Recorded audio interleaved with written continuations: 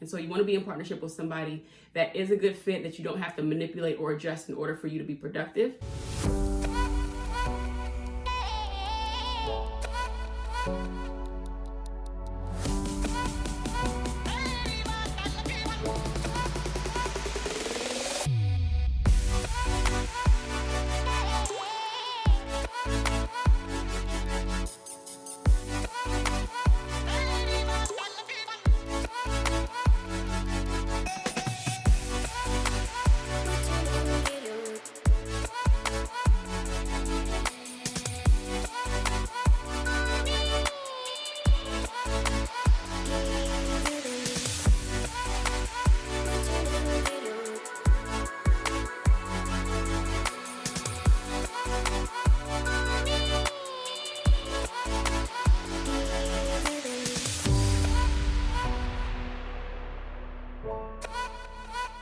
So today we're going to talk about an analogy that I came up with. I want to call it the law of the glove, and it relates to relationships and how you commingle with others. So let's dive right in. In a relationship, your man is supposed to be a protector, and in some ways we're supposed to protect them as well. So this analogy can go both ways. But I wanted to use the glove as the protector in this scenario, and just the idea of a glove and the fit of a glove and how it can relate to how we fit with others in relationship. So let's imagine this glove is oversized. So you see the extra space in between each fingertip represents untapped potential. If you're in a relationship with a man who is growing faster than you are, then there's going to be some discomfort there in how you guys operate and how you guys function, because like when picking up a glove, something with a glove that is oversized, there's like, just an awkwardness in how you do it. And so maybe you've been in a relationship with a man where that was the case. It was just awkward and you guys weren't able to function in the relationship because of the gap and kind of where you guys were. And what happens is when you're trying to maneuver with a glove that's overweight, your hands are trying to kind of contort themselves in order to keep the glove on. And the glove is also kind of having to grip and control in order to maintain the grip to keep the glove on. And a lot of times that's what's happening in relationships, whether the male or the female, whoever's ahead can start to feel like they need to control the situation and control the person in order to get them to grow. And that can cause the other person to feel very small. And so that's what happens when we're in situations that represent this, where someone is outgrowing the other in the relationship. Now, let's pretend that this glove shrank and it is now undersized. So just pulling it tight. I love my ring so much I didn't want to take it off for this demonstration, although it's kind of getting in the way. But anyhow, this represents a glove that is now too tight. It's too small.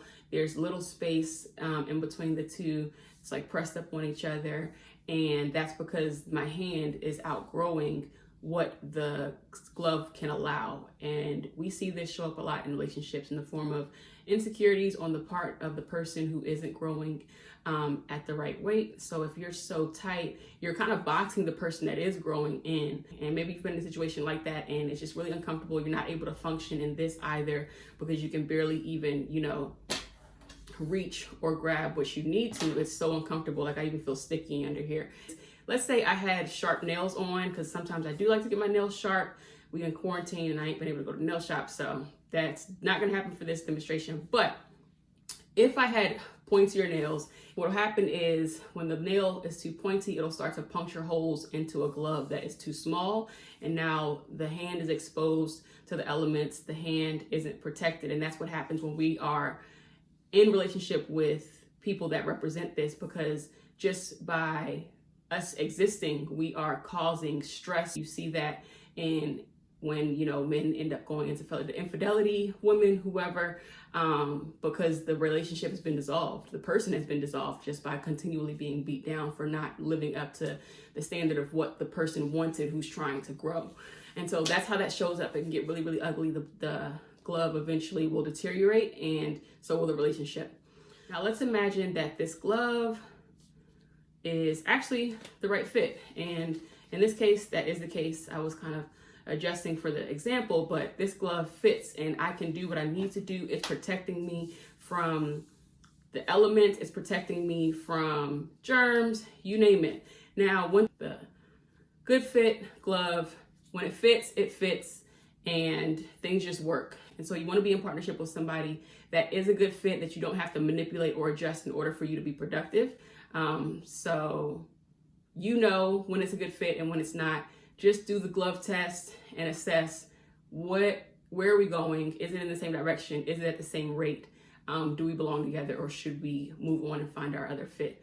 So when you do find yourself with a glove that doesn't fit, instead of holding on to it and trying to make it work and wearing it out in the process or frustrating yourself, just go ahead and give that to Goodwill. And that's the analogy that we should use. By giving the glove away, you're giving it an opportunity to be treasured by someone else who is a better fit, and you can move on and get the fit that you deserve. Now, I wanted to leave you guys with this other analogy that I thought was pretty cool. So if you're familiar with the O.J. Simpson case, you know about Johnny Cochran and the phrase that he made famous, if it don't fit. He probably said it more eloquently than that.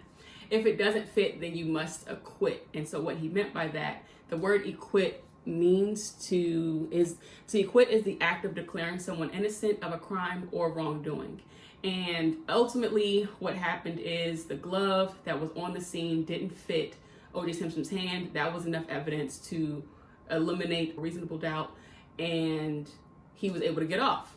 And that's how we have to see the gloves in our lives.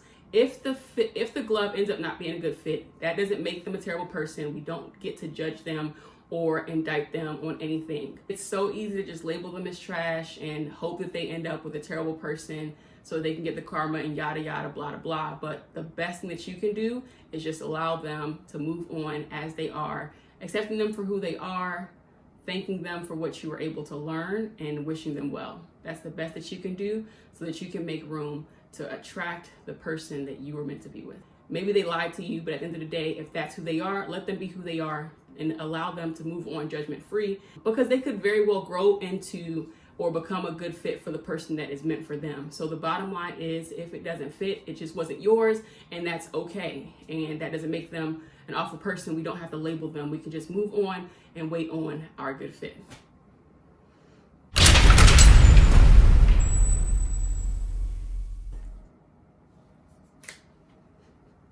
This better have fit in the frame, or I'm gonna throw my phone out the window.